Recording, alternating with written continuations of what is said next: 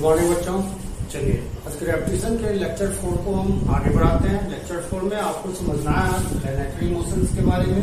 तो पता है आपको प्लैनेटरी मोशंस क्या होती हैं कि ये है मोशन, एक तरह का मोशन जो अराउंड द सन, सूर्य के चारों ओर होता है बाय इससे तो अदर प्लैनेट्स, दूसरे किसी प्लैनेट्स के द्वारा जब सूर्य के चारों ओर चक्कर लगाई जाती है तो इस तरह का मोशन जो है आपको called planetary motion, planetary motion. इस तरह के मोशन को प्लैनेटरी मोशन कही जाती है। तो देखो बच्चों क्या था प्लैनेट, दैट मींस क्या है कि अगर हम इसको एक सन मान लेते हैं तो बहुत सारे ऐसे आपके प्लैनेट्स हैं जो सन के चारों ओर रिवॉल्व करते रहते हैं। Just like planet 1, this is planet 2, ये सन के चारों ओर आपको रिवॉल्व करते रहते हैं। तो इसी तरह के मोशन को प्लैनेटरी मोशन कही जाती है। तो बहुत सारे ऐसे साइंटिस्ट आए थे हमारे पास जिन्होंने अपना अपना थ्योरी दिया था, जिसमें हेलियोसेंट्रिक थ्योरी, पॉलीजेमिक थ्योरी, इन सभी के बारे में जानकारी मिली थी। तो एट फर्स्ट अगर I have to introduce about Kepler's, जो कि इस प्लैनेटरी मोशंस का आपको फादर बोल सकते हैं। उन्होंने इस चीज को काफी डिटेल में दिया था। बाद में न्यूटन साहब ने, सर आइजैक न्यूटन साहब ने इस चीज को अपने लॉ ऑफ ग्रेविटेशन में शामिल किया था। तो प्लैनेटरी मोशंस के बारे में क्या था कि it was the Kepler assistant of Tycho Brahe. किसके असिस्टेंट थे? टाइको ब्राही के थे। who analyzed the observation of planets motion and supported the heliocentric theory, जो कि दिया गया था कि सारे प्लैनेट्स जो है यह एक खास अपने ऑर्बिट में मूव करते रहते हैं। तो that supported the heliocentric theory and put forward this result the form of law of Kepler's. तो प्लैनेटरी मोशन के इतने सारे चीजों को जानने के बाद हमारे पास आ जाता है कि प्लैनेटरी मोशंस जो थे इसमें टाइको ब्राही नाम के एक साइंटिस्ट थे जिनका जो है ये चला जो है आपको कैपलर था। तो इस तरह के प्लैनेटरी मोशन को रिगार्ड में लिखा जाता है Kepler's law of planetary motion, या आप इसे पढ़ेंगे बुक्स में laws of Kepler's, laws of Kepler's. Okay, तो कैपलर के लॉज को समझनी है।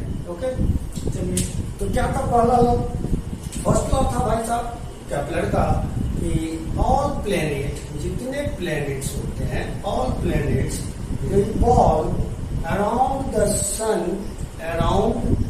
सन, सूर्य के चारों प्लैनेट जो रिवॉल्व करते हैं इसमें तो इलिप्टिकल ऑर्बिट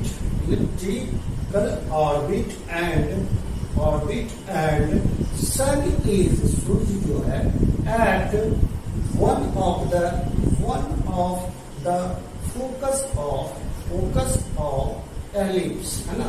तो इनका मानना था पहला लॉ में कि जितने भी प्लैनेट्स होते हैं वैसा इन सभी प्लैनेट्स के पास क्या होता है कि उनका ऑर्बिट होता है, इलिप्टिकल ऑर्बिट होता है, जो कि सूर्य के चारों ओर एक खास फोकस पर सन को मान लिया जाता है और उसके चारों ओर रिवॉल्व की जाती है। ओके,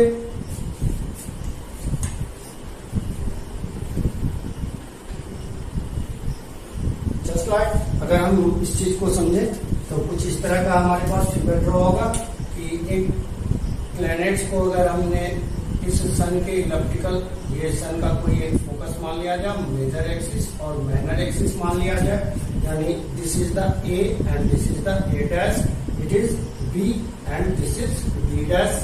अब आते हैं कैपलर के फर्स्ट लॉ को, इस पर बैठाते हैं कि जितने भी प्लैनेट्स हैं, मान लिया जाए कि अगर मान लो यहाँ पर एक प्लैनेट्स हो, यहाँ भी एक प्लैनेट्स हो, यहाँ भी एक प्लैनेट्स हो, सभी प्लैनेट जो भी होते हैं, ठीक है, उनका एक स्पेशल अपना ऑर्बिट बना हुआ रहता है। दैट मीन्स उस ऑर्बिट पर जैसे मान लो P1 यहाँ पर ये इसका सन का एक इमेजिनरी फोकस और P2 एक इमेजिनरी फोकस है। तो आप समझ सकते हैं कि प्लैनेट जो रिवॉल्व इसके चारों ओर कर रहे हैं, तो सन को कोई खास एक प्लैनेट का फोकस माना जाता है और फोकस पर चारों ओर से प्लैनेट्स उसी के रिवॉल्व में रहते हैं। दैट मीन्स अब यहाँ पे ये क्या क्या आया कि ए और ए डैश को हम बोल सकते हैं this is called major axis. Major axis कैसा होता है भाई? लॉन्गर होता है, बड़ा होता है ना। तो लॉन्गर एक्सिस जहाँ पे आपको दिखेगा वह आपका क्या होगा? ए यानी मेजर एक्सिस, और बी डैश की बात करें तो ये हो गया माइनर एक्सिस, छोटा एक्सिस, जो कि छोटे रूप में पाया जाता है यानी शॉर्टर एक्सिस में है इसका नाम। आगे हम लोग बढ़ते हैं बी डैश के बाद ये आपका P1 और P2 जो मैंने दिया है ये है सन का फोकस, सन फोकस, जहां पर सन को किसी एक खास फोकस पर माना जाता है पॉइंट पर, और मेजर एक्सिस। अच्छा याद रखिएगा कि ये सन का फोकस जो है हमेशा आप देखें किस पे बनता है, ए और ए डैश पर, जिसका मतलब ये क्या है, ये मेजर एक्सिस पर बनने वाला सन का फोकस होगा।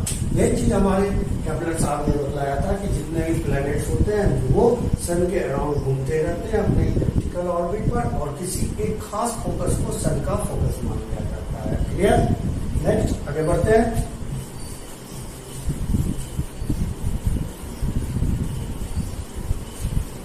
चलिए नेक्स्ट हम लोग चलते हैं बच्चों कैपलर्स के सेकेंड लॉ पर।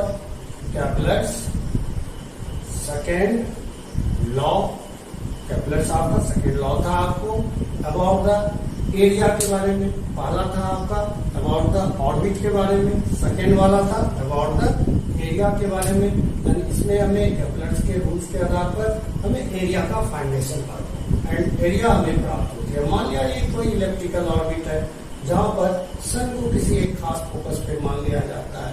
मान लिया जाए यहाँ से एक प्लेनेट P1 मूव कर रही है, समटाइम्स ये प्लेनेट P2 यहाँ, और फिर P3 एक खास फोकस पर, P3 फिर यहाँ से एक P4। तो आप यहाँ देखेंगे कैपलर्स के सेकेंड लॉ पर कि इसका जो एरिया A1 जो बनेगा वह इसके एरिया A2 के बराबर रहेगा। यही कहना था हमारे कैपलर साहब का। हम लोग जानते हैं हमारा स्पेस एक वास्ट जगह है ना, जहाँ पर जो हैवी मटेरियल होते हैं, जैसे सन को मान लिया जाए तो सन एक सेंटर में चला जाएगा और उसके चारों ओर जो है एक ग्रेविटेशनल पुल लगेगी जो प्लैनेट्स को उसके चारों ओर रिवॉल्व करवाता रहेगा।